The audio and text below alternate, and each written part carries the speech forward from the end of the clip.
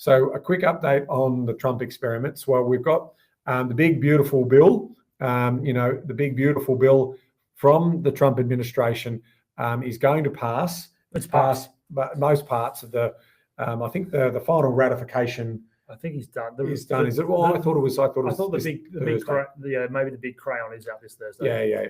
Now there's $5 trillion worth of additional spending baked into the forward estimates, and there is a massive debate going on in America right now between the likes of Elon Musk and other commentators that I listen to about, Ray Dalio, just some really powerful people who understand that the level of debt, mental is $33 trillion worth of overall debt that they've got. So they need to, I don't know, the only way you can pay off debt is higher taxes, or you can basically grow the economic pie at a significant clip of the ticket. And, in this particular case, they're also giving tax cuts that's baked into that spending. And with that middle one, even for the US, which, has done this before, the clip that you're talking about is it's developing nation levels, not developed nations. And it's just, that's $5,000 billion of additional spending. So obviously the pressure's what was on. already there, which they complained about leading into the last election. And Jerome Powell has got his work cut out. He's getting a lot of pressure in terms of, adjusting monetary policy to try and line up with the fiscal policy. He's lost his job. There's no doubt about that. Hopefully he'll serve out his time, and hopefully he'll hold true to his principles and won't be pressured and just getting on with the job. And of course, even today we got Japan, Korea. Last week we got Vietnam, we got Malaysia in terms of the take 2 tariffs. I don't think the Australian one's hit yet. Might hit overnight. No, but it's at the more time about of recording. It's I'm glad out. you raised those. So we forget. We always talk about China. We know China is our largest trading partner, but number 2 is Japan. Yep. Number 3 is South Korea. Number 5 is India. Is India. Right, and in the top 10, you've got Thailand, Malaysia as well. So we've potentially got some upside out of turning all those goods back to Australia. There's indirect and positives and negatives to what's happening. So the indirect is, Japan and South Korea slow down the demand for our exports, things like iron ore, things like coal, things like gas. Yep. But as Ben just pointed out, the productivity can correctly pointed turning out. the apples into apple pie, and what we get back here, we potentially could get some cheaper goods. Because this, again, a reason I wanted to show this chart, which I think is fascinating around it, is where exactly tariffs will probably end up. So clearly they're not going to be what they were for the post-Liberation Day high, which is that one you can see with the red dot at the top over on the right-hand side, that top there. The current one is where we're at, because don't forget, at the moment, we're on a pause. The 1st of August is now the date, considering that we've had these handout of these 12 letters and what have you. But the current level is there. The reason it's higher, don't forget, should we use the Americanized term? The sectorial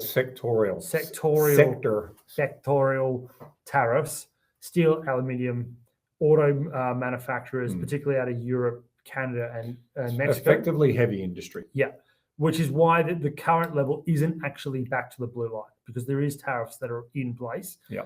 So the question mark is where it would end up.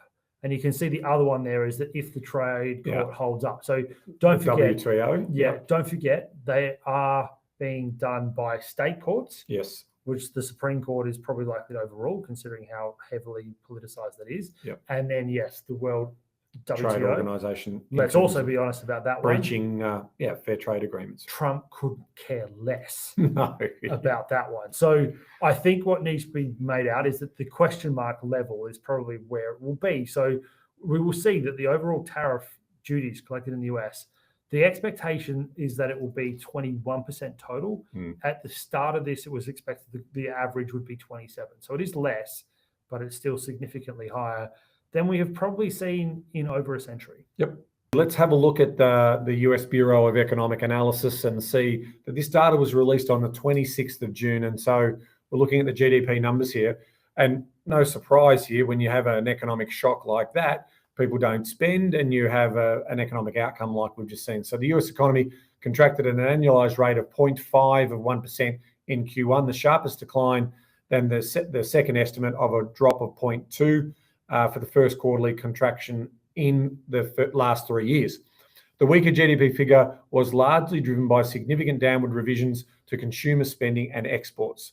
Consumer spending rose just 0.5%, the slowest pace since the sharp declines of 2020, which was obviously the COVID period, down from 2.1% in the previous estimates. Exports grew by only 0.4% compared to the early estimates of 2.4%.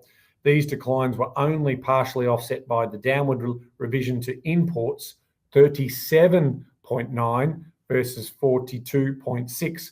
Remembering that in line with the tariffs coming, all of these forward orders and getting all of that stuff arriving before the tariffs kicked in was the agenda of all of those exporters into the USA. The sharp rise in imports reflected the rush of business and consumers to stockpile goods ahead of the anticipated price increases stemming from the series of tariff announcements. Meanwhile, federal government spending dropped 4.6%, the steepest decline since Q1 2022, and in line with the second estimates.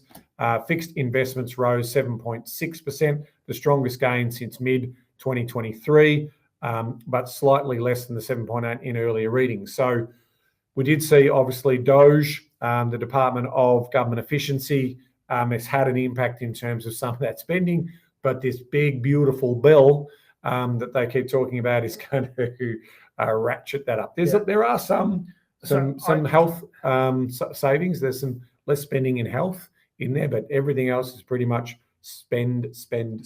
Look, the last chart that we have on the US is this one here, which is the consumer confidence and sentiment. So we can see here that the University of Michigan's Consumer Sentiment Index for the US was revised higher to a reading of 60.9 in June from a preliminary reading of 60.5 compared to 52.2 in May.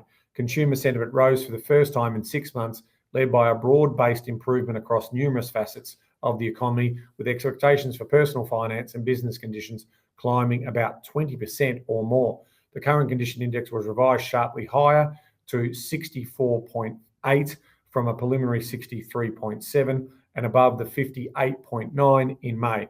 However, sentiment remains about 18% below the December 2024, as consumers' views are still broadly consistent with an economic slowdown and an increase in inflation to come. Here's the story. This is, obviously we saw positivity out of Trump getting elected from his base. And remember, he won the popular vote as well over in the US. There is still a lot of positive sentiment out of a lot of what he's doing over there for his base. So there is a economic narrative that they're trying to sell, and they're trying to pitch this story over there. Now, if it pitches better than we expect it to, then the conditions won't be as drastic as what will play out. But our view, and most people from around the world and most economists' view, is that narrative won't play out. But remember, economics is a study of what humans actually do, and we measure those movements and businesses and so forth. So if he can pitch this story and the bulk of Americans, or at least half of them, buy into it and continue to keep thinking about that, it may not be as bad as what is playing out. And that's what we're seeing in the data. We're seeing a little bit of this. Actually, it hasn't. Now, tariffs are coming again. So we see what happens there, and we see whether he fine tunes or he walks back from those positions. All of those things are still true. So let's wrap up the US by saying tariffs is the biggest news over there, followed by what that's going to happen in terms of inflation, which will feed into the interest rate story and that economic growth. But if he can influence the monetary policy and the Fed board to lower interest rates when technically they shouldn't be, if inflation is actually on the upswing, that's a big story here, right? Yep. In terms of being able to manipulate the market, which is exactly 101 Trump fashion.